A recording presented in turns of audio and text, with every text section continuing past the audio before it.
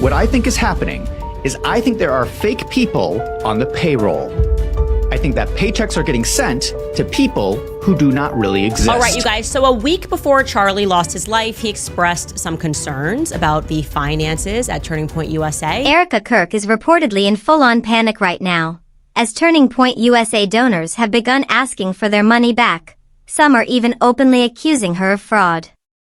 And when a political organization built on loyalty suddenly finds its own supporters asking, "Where did my money go?" that's when things start to get extremely uncomfortable. This situation didn't just come out of nowhere. So that's a major issue, right? And that's where I started realizing a lot of this money in these nonprofit organizations are going in and out. According to multiple sources, TPUSA was, at one point, under investigation over its finances. Not long ago, people inside political circles were whispering that something didn't add up, then, suddenly, it all disappeared. A lot of people believe Erika's ties to Trump may have played a role in that going quiet. Remember, she and Trump go way back. Before all of this, she was a pageant contestant, even winning Miss Arizona. Trump owned those pageants. So when people say she has connections in high places, that isn't just talk. Now that Charlie is gone, those connections matter more than ever, because once he died, the money started flying. Questions began popping up on social media about Turning Point USA's finances, and Candace Owens, along with other major voices, encouraged donors to start asking for refunds. And yes, some small-dollar donors actually did. They genuinely asked for their money back, which is pretty wild for a group like TPUSA that usually has extremely loyal supporters. Still, people were nervous. According to multiple sources, TPUSA was, at one point, under investigation over its finances. Not long ago, people inside political circles were whispering that something didn't add up, then, suddenly, it all disappeared. A lot of people believe Erika's ties to Trump may have played a role in that going quiet. Remember, she and Trump go way back. Before all of this, she was a pageant contestant, even winning Miss Arizona. Trump owned those pageants. So when people say she has connections in high places, that isn't just talk. Now that Charlie is gone, those connections matter more than ever, because once he died, the money started flying.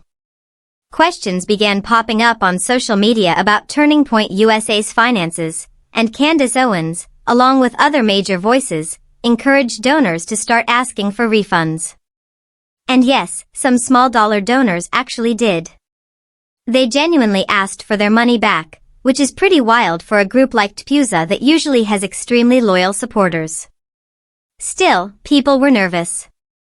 Since Charlie's death, TPUSA has taken in millions, much of it from anonymous donors, meaning no one really knows who gave what. When you mix massive amounts of money with no names attached, people start to feel uneasy. At the same time, Erika was collecting money as well. She has received nearly $10 million through donations and fundraisers since Charlie was killed. That figure doesn't include book royalties, media deals, or other payouts connected to his brand. On top of that, Charlie had a life insurance policy that likely paid out around $10 million to Erika and the kids. Then there's the house. Their Arizona home was sold earlier this year for $5.25 million. After paying off the $3.25 million mortgage, that left roughly $2 million in cash. So, just from the house sale, the insurance payout, and public donations alone, Erika is already sitting on a massive amount of money. I believe that we all have angels in our lives, and these are my little angels from Antonio Placement Center in Constanța, Romania. Listen. Our goal with the Romanian Angels Project was to show these children the true American heart during the holiday season. And what better way to do that than having our United States military personally deliver the gifts? Since Charlie's death, she has been everywhere: TV, podcasts, interviews, press tours, almost daily. She's always crying, always emotional, and people online have even accused her of using tear-inducing drops to make sure she looks devastated on camera. Whether that's true or not, the fact that people even believe it shows just how little trust she has. whose idea it was for her to go on this media tour. All it has done is confirm for those of us who were holding on with a smidgen bit of benefit of the doubt that this woman was genuine. Out the window. We cannot unsee what we've So now you have donors who feel uneasy, an organization that was allegedly being examined over its finances, and a woman at the center of it all who suddenly controls everything. The more people dig, the more they keep asking the same question. Did Erika really just inherit all of this? Or did she find a way to turn Charlie's death into a business? Right now, many donors are starting to think they didn't give their money to what they believed they were supporting. And once that trust breaks, things tend to get ugly, fast. Yes, people keep throwing around the word fraud when they talk about Erika. But to really understand why donors are panicking, you have to look at how something like this could even happen in the first place. Once you see the different paths the money can take, it starts to make a lot more sense why people would want out of TPUSA. Start with marketing, because this is where money can quietly disappear. Social media teams, ad buys, video crews, PR, damage control, all of it costs real money, and it's almost impossible for donors to tell whether those expenses are overpriced or not. It all just gets labeled as outreach. On top of that, Erika has been actively pushing merchandise, hats, hoodies, all of it.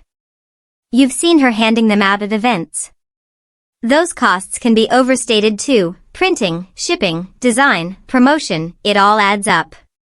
And no one on the outside really knows what any of it actually costs.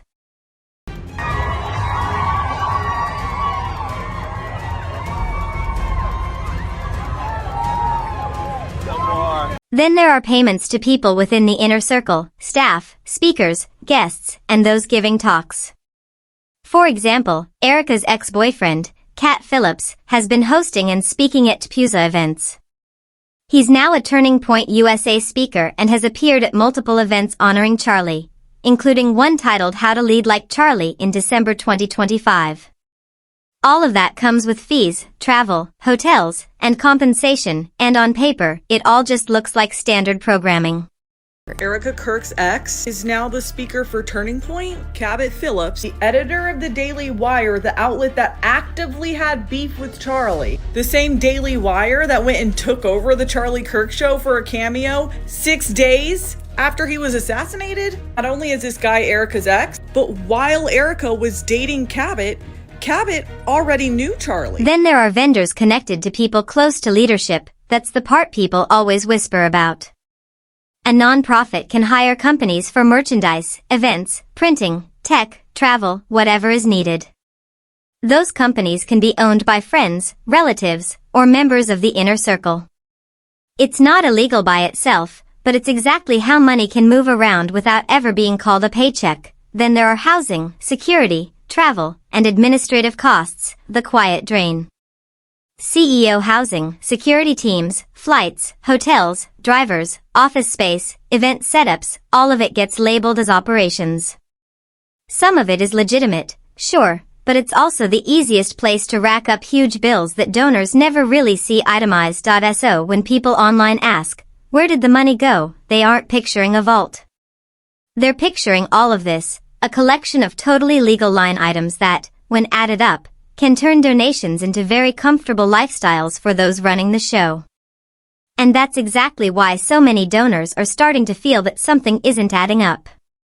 If people gave their money believing they were supporting Charlie's mission, but that same money is now being funneled through a very different version of TPUSA, with new paychecks, new contracts, and new priorities, then yes, it makes perfect sense why people are starting to pull back.